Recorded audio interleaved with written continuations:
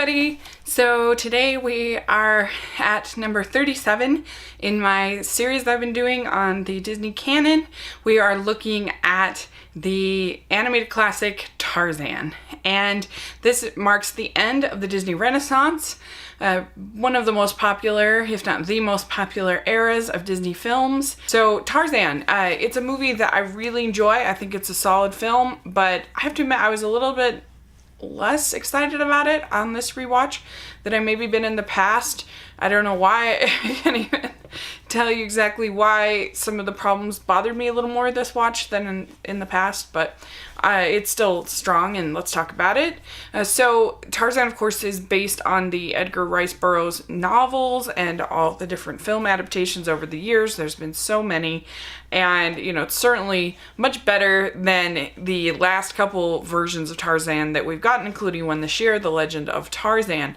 And they had a lot of really strong things going into this film. First of all, they made the decision, Glenn Keane, the animator, made the decision to try to make Tarzan sort of surf on the vines and surf on the trees throughout the forest. And I think that was such a creative way to portray Tarzan. And you really get a lot of Tarzan swinging through the jungle, in the jungle. And that was one of my big problems with The Legend of Tarzan this year, is that we hardly got any Tarzan being Tarzan. And so if you're a fan of this character, if you like this novel, if you like other versions, I think that you'll really have a lot of fun with seeing Tarzan being Tarzan.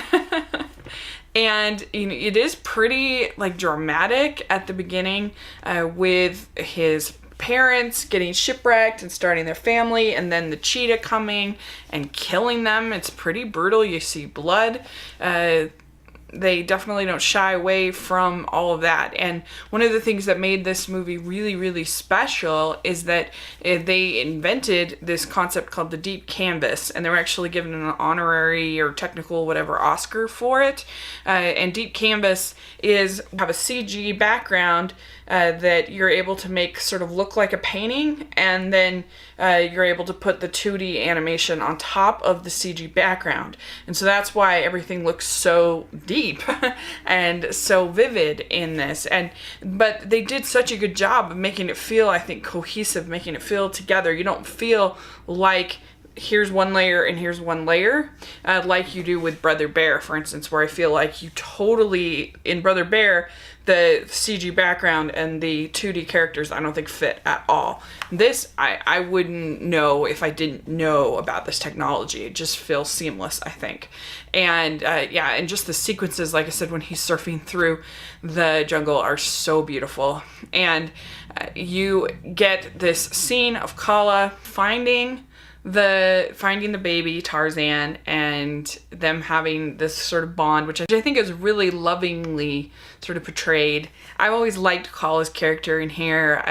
She's a mother, but she's very strong in her own way, very thoughtful, very sweet. She could just be very, very one note, but I don't think she is. I think that you see some growth in her character. You see her taking risks. You see her standing up to Kerchak, and also sort of her disappointment in her son at different times. I think she's actually a pretty strong female character. She takes Tarzan, they make him a part of the family, and then we get this sort of section where he's sort of growing up I don't really need all of this growing up stuff. It's kind of fun for kids, I guess, but yeah.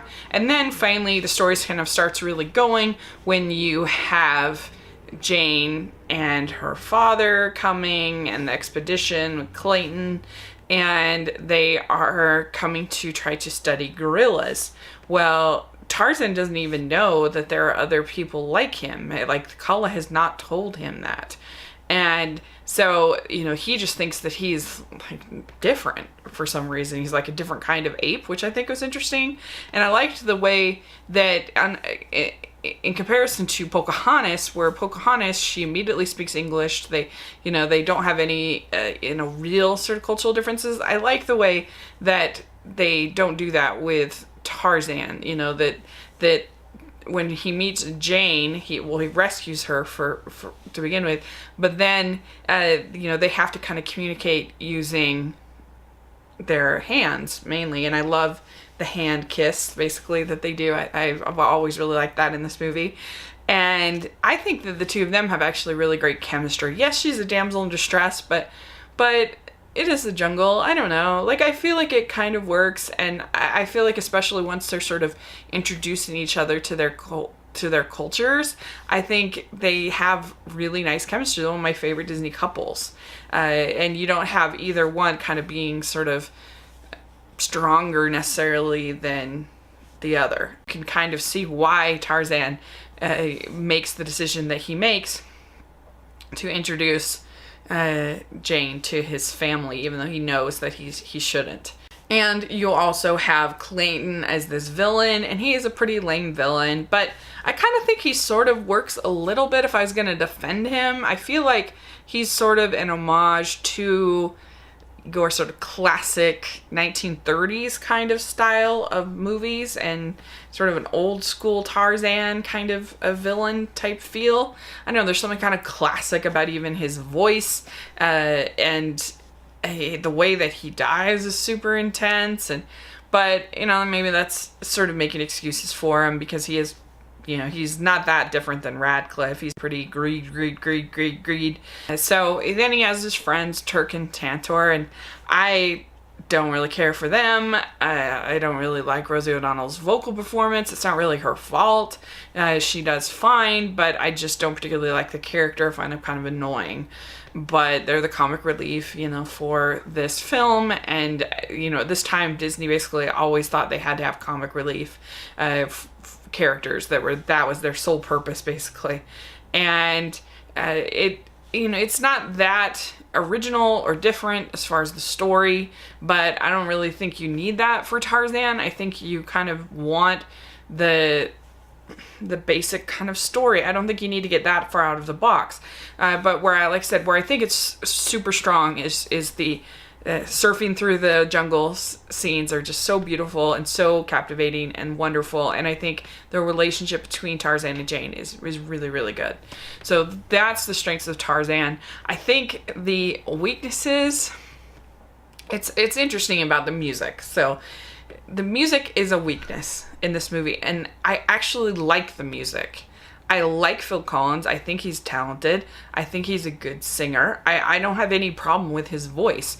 But the problem is that because they decided to make it background music, I actually much prefer the Broadway soundtrack of this movie than the soundtrack for this film. I mean, I'm a Broadway girl, but the thing about the Broadway version that makes it so much better is that the characters actually sing the songs. And so when you have a lovely song like You'll Be in My Heart, which is one of my favorite lullabies of all time, it's so much more powerful in the Broadway musical because Cull is actually singing the song. And here you have a little bit of Glenn Close singing it, and she's a Broadway level talent. And then it immediately changes to Phil Collins singing it. And he's not a character in the movie. My hand, hold it tight. I will protect you from all around you. I will be here, don't you cry. For one so small, you seem so strong. My arms will hold you, keep you safe and warm. And so the problem is that where you could see the growth of the character through the song, you don't really get to see it, because it's kind of the difference of if I'm telling you, if I said, oh man, I had the worst day, blah, blah, blah, blah, and I'm telling you all about what happened on my day, that is me telling you, and I'm sort of growing as a character as I share that experience with you, and you get to see how that changed me. And it would be totally different if instead of me telling you that, there was a voiceover saying, Rachel had a bad day and she didn't know what to do. Like, that's not as personal an experience. You don't get to see the same character growth in sort of a narrator kind of telling you what's happening. And it's way worse than Brother Bear, but it's much better when we hear it from the character and we see it from the character together, as opposed to a narrator in a song telling us what's going on and what the character's feeling. So that's the big problem. I actually don't mind any of the songs. I like the songs. Maybe Trash in the Camp isn't my favorite, but it's kind of creative and different. But yeah, so I think the songs are kind of a miss with how they did them. And like I said, the villain's pretty boring. I try to defend it a little bit. I don't know. It's very, very, very predictable, the story. But I don't really mind it for that kind of story. But my biggest problem this watch through was really thinking about that music and the way it hurts the characters, and the way it just sort of is exposition in the songs. So I don't know. What do you think about Tarzan? Is it a favorite of yours? Do you love it? I mean, I still think it's a strong film. I would give Tarzan a B+. So let me know what you think. And thanks so much. Please subscribe to my channel, and I'll talk to you later. Bye.